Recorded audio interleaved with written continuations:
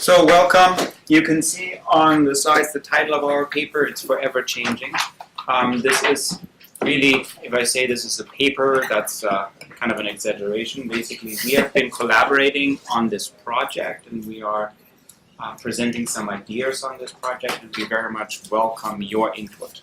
So this paper comes out of maybe a puzzle or an observation we have had. We are, that's us, the world is supposed to be entering the knowledge economy if we believe the economists in terms of drivers of inequality. It's skill-based technological change that basically means that the knowledge workers, the people with expertise, are supposed to be benefiting from technological change. And it's those that cannot renew their skills, unskilled, whatever you want to call them, that they are suffering. So that's supposed to be the driver of inequality. But actually, if we look at the employment or condition data of high-skilled workers, they themselves are actually spread all over the world. There's huge polarization within the group of high-skilled workers. And so we often talk about bad working conditions, employment, or not even employment, gig worker, ship or kind of ways of gig working as precarious ways of work. And we actually want to look into what we perceive to be increasing precariousness of professionalism. That is a particular way of organizing expertise and using that expertise to organize service provision. And particularly service provision in two core sectors of the welfare state. In the US, and that's American healthcare and American higher education. Healthcare and education together in the American economy is about 25% of GDP, and it's supposed to be at the forefront of the transition to the knowledge economy. But it's not just, so it's a nice prism, put it that way, because transformations in the private economy markets and government rethinking of government's role is really nicely interacting here. In both sectors, probably government spending makes up 2/3 of what's happening in these sectors. So we are really looking into 3 questions, and we don't really have answers into them so far, but we're working toward them. So question 1 is basically we want to conceptualize change in a dependent variable, and that dependent variable is regulation of provision. That's kind of the role of professional control in the governance of service provision and the governance of work in that sector. That's, as you can see, still pretty broad, but we're trying to get to a more concise conceptualization of the dependent variable. And we are looking to explain change over time, or first of all, capture change over time. Question 2 looks at professionals' own collective organization. That would be our independent variable. We are interested to see how professionals' own collective representation of their norms, etc., shapes change in the organization of service provision. And really, then question 3 goes to kind of what kind of channels of influence are there through which collective organization can shape change in sectoral governance. So those are the motivating questions we have, and we invite your input on those. And I now give it over. We're going to do a little bit of a musical chair thing. So it's Phela. Hi everyone. So I'm going to talk a little bit about sort of what it means to be a professional. I'll highlight a little bit just the history. I won't spend too much time here, but I'll just pull out sort of some key points that we think are essential as we think about this notion of governance of the professionals and their evolution over time. So here, you know, most of you are probably aware of this, really what the Western professions sort of emerged out of the medieval era, and so you know, we can think of like guilds, right, and how they operated as sort of a window into the origin of professions. But this notion of the grand bargain is really the essential point here. And in our discussion where we sort of pull out what's happening in each sector, we'll touch upon how we see this bargain shifting, right? So really when we talk about the grand bargain, it's this idea that professionals are afforded a great deal of I would argue, monopoly power, right, and sort of extending their expertise to the public.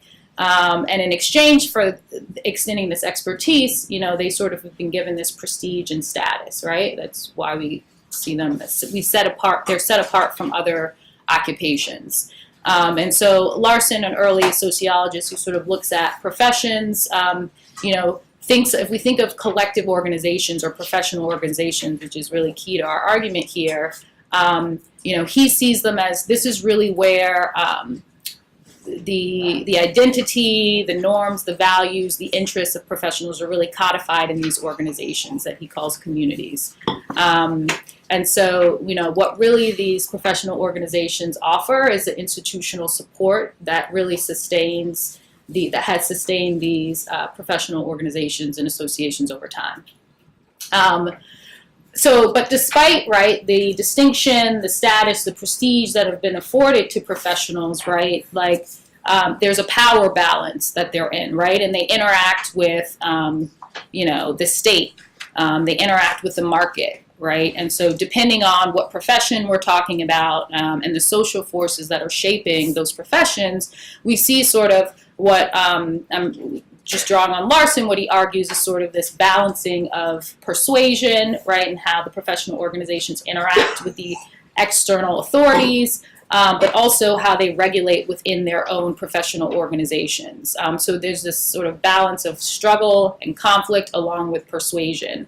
And so this is really what I want to pull out here, which is really key, where he says, professions ultimately depend on the power of the state, and they originally emerge by the grace of powerful protectors. The privileged position of profession is thus secured by its political and economic influence of the elite which sponsors it, right? And so really what we're going to be sort of tracing in our paper, and what Toby will talk about more in our arguments, I think, is really how this power struggle has happened.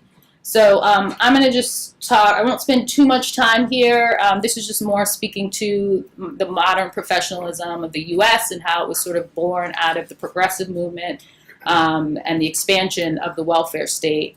I think what's important here to probably note is that if we think about in the U.S. as maybe compared to some other advanced economies like Britain, maybe Germany, you would probably agree, the U.S. traditionally has been more, I guess, liberalized, right? And there's been this more sense of privatization there as compared to some other welfare states where, to borrow, I think, Becky's terminology, where she said services are publicly purchased as well as publicly delivered, right? So I think that makes the U.S. a bit different if we were to compare it to some of the other advanced democracy welfare states. But the other last point here is really as we think about how these professional organizations have evolved over time, and even the work and the activities that they're performing, it's really like the governance mechanisms are a mix of what we see, where we see the state interacting with the professionals and the power that they wield, as well as sort of the market, right? And so as we think about external pressures that are acting upon professional organizations, it's really how the governance mechanisms are shifting, where one may have more power than the other. So just, this is a little bit, Toby has sort of touched on this, why we think these sectors are important.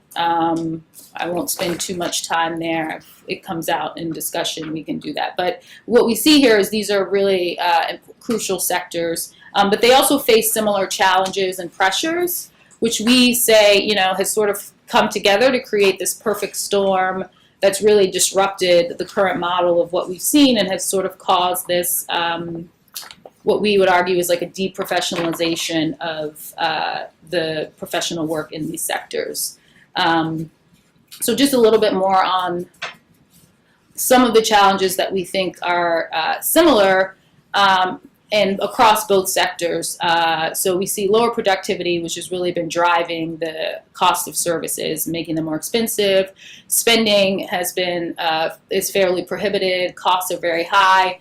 And there's a great amount of waste. My work in the past has looked at healthcare, and a significant amount, I think it's like 60% or something of the number there, we know of spending in healthcare is waste. And so we also know in the U.S., when we look at healthcare and education for an advanced economy and what we spend, healthcare and education, we're ranked sort of in the middle. And for healthcare, I know for a fact we're like at the bottom of all the advanced democracies in terms of outcomes compared to how much we spend. We outspend most economies. And so really what we have are all these pressures coming together, and they're squeezing the professionals. So just a little bit more on this. So some of the pressures we see, those challenges on the last slide, have really also been shaped by the influence of increased digitalization, right? If you think about now, it just is really cheap to reproduce information, right? And to distribute it. To Peter Turnbull's point in the earlier plenary, like here's Dennis the Menace again, right? This like marginal cost producer is creating a lot of issues here. So it's driving, what it's led to is driving just new consumer demands, and newer perceptions of what service and quality are in both of these sectors. So there's also just, this like these neoliberal effects that have been acting on these sectors. So increased liberalization also, and the greater loosening of product and labor market regulations. I sort of talked about how the U.S. characteristically compared to some other sectors has always sort of been on the looser end of regulations, but it's been pulled further in that direction in the last probably couple of decades. And then, this notion that the point of service is really becoming seen as more of like market, right, and transaction based, and that's really how decisions are being made in each of these sectors. We look at the work of physicians, we look at the work of professors, where work units are seen as revenue production centers and cost centers, and just greater use of like market metrics to determine what good outcomes are. So I think with that, I'll turn it over to Becky. Good. Okay. So I'm gonna do. Yeah, I knew we were behind time, but we're gonna bring it home. So I'm gonna do the brief empirical piece, as often is the case with projects like this. You start off thinking it's a very empirical paper, and then you realize it's a theoretical paper with some empirical cases. So I'm going to talk a bit about healthcare and higher education. And again, these are U.S. cases, although those of you who know us know Toby and I especially think deeply about a small number of other countries, and so we've also in other work been thinking about that. So in terms of healthcare, again, this is the U.S. The American Medical Association puts itself forward as the voice of doctors, but it represents about 15% of practicing physicians, but it has a tremendous amount of power. And when I say power, you could substitute that for money, although money gets its tentacles in many things. So most of their revenue does not come from dues. Their revenue primarily comes from the thing I find most insidious. They own the database that is used for all billing. So if you want to buy or sell or charge for or understand healthcare, you buy this thing called the CPT, which is a very expensive database. If you're a state government with a Medicaid program, if you're a hospital or insurance company. And so the AMA owns the database. So they make all this money and then they spend the money by saying this is what doctors want, right? So it's revenue generation to use as the voice of medicine, but the voice of maybe 15% of medicine. In terms of challenges to professional autonomy, the kinds of things that Phela said, but more specifically, right? So they've got this powerful web of regulators, which they really have their hands in, but it's a sort of government and so-called voluntary autonomous regulators and everything else. And some of the incentives have led to them becoming more like employees than professionals. And what you see is a massive tipping from doctors being primarily self-employed to doctors being employees, and so they're used to be more like these little capitalist entrepreneurs who owned clinics, they owned MRI machines, they could use that to generate income, and now many more of them not only are employees, the majority are now, which has just happened in the past 10 years, but some of them work for, labor supply agencies that say, you're a primary care clinic, we're a national company that supplies doctors to primary care clinics. And there's a little tiny, tiny bit of unionizing around the margins, but for the most part, those doctors who are employees have really no representation or professional voice. In terms of higher education, I suspect 95% of people in the room, maybe 99, maybe 100, work in or aspire to work in or both in higher education. And we see this proletarianization of the faculty, and this is just some numbers. You see the massive flip from tenure trap, that was a good Freudian slip, tenure track, to ineligible for tenure, which is contingent in various ways. Could be long-term, ongoing, but not tenure-eligible employment. Could also be use of grad workers, adjuncts, people paid essentially piece rate for their work. And this is just a different way of understanding that broken out by type of university. But what you see, those orange and yellow pieces are the massive growth of non-tenure eligible. And again, that insecurity, that proletarianization that we see. In terms of academia, the organizational responses, you guys may be familiar with the AUP. And it has this, which I'll come back to, this sort of inner turmoil about whether it's a professional association or a union. Its traditional role has been protecting the elite status, academic freedom, things like that. And now it has a big collective bargaining piece where it does behave like a union. I should say our union is the AUP and AFT dual affiliate, so we have that lens as well. And the AUP, I would say, has a lot of inner turmoil about this traditional elite protecting role and this collective bargaining role. And in the meantime, the SEAU, the AFT, UAW, more, let's say, traditional unions, have started to organize both graduate workers and non-tenure eligible faculty. In some cases, AFT has tenure eligible faculty too. But to sort of say, oh, there are all these proletarianized people working in higher education and they need the protection of a union. And so what we see in both sectors is this bifurcation where there are these elites that exist, whether they're the tenure eligible faculty or what I think of as the capitalist doctors who own clinics and can generate their own money. And they are able to really become the winners in this system. And then this other larger growing category of the proletarianized professionals who are the people that, probably have all the same credentials. They've been subject to all the sort of labor supply choking off that the elites have controlled. And they've ended up lower paid, lower status, lower control, not controlling the profession at all, and being basically commodified. So playing the market or being played by the market, right, are the sort of different pieces that we see there. And back to Toby for just maybe 1 or 2 minutes over wrap up, if that's okay. Yeah, 2. This is the last. Okay, so I'm also going to say a few things. So a few things that I should have said earlier, but we are kind of taking too long. To say more precisely what Phela put in a broader picture. So historically in the US, the liberal welfare state helped institutionalize professional governance, but it really left it alone. I mean, the professionals were regulating often privately provided services. Think of Ivy League universities or even public universities. There's very little interference by the state compared to other countries.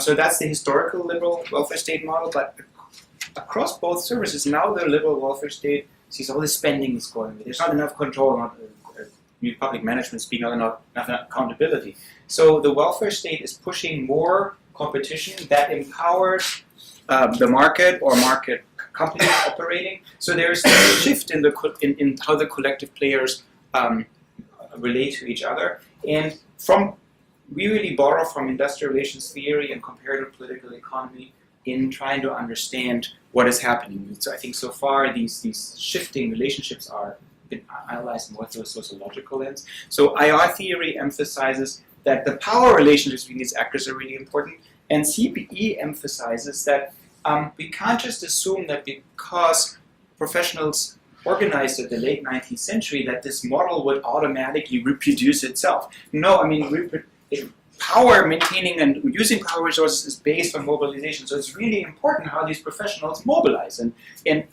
what kind of organizational response they muster. And we're still working out how to think about this, but the professionals with particular capital, are they actually active in the main organizations? And I think in the AMA we clearly have higher capital, people with higher capital active, and in the AUP less. So what we see is really, we're thinking about how to conceptualize it, but there's this long debate, is professionalism and anti-capitalism? Is it a guild that restricts the market? Or, it's also been more revisionist writing, is it a way for the middle class or elites maybe even to protect themselves against working class pressure? So we're using these case studies really to kind of tease that out, professionalism today. Is it part of liberalization, part of marketization, or is it the push against? And I think in the way the organizations have played out in healthcare, they're really part of the story, and in higher education, the main organizations are the push against, but they're losing influence. I think in higher education, it's really more the disciplinary organizations where the high status professionals are setting norms. So there are these clear conflicts between disciplinary organizations and the AUP that didn't originally exist in the late 19th century. So. We can leave. We don't even have to speak. We can just leave those as No, I think those are questions some conclusions for you. Some of the issues we're grappling with. I think the most realistic thing for us is to either conceptualize the pathways in these two sectors as outcomes, or focus on the collective organization as different types. So more either on the dependent or the independent variable, but I think we're building toward conceptualizing kind of a broader theme rather than specifics. So thank you. Thank you.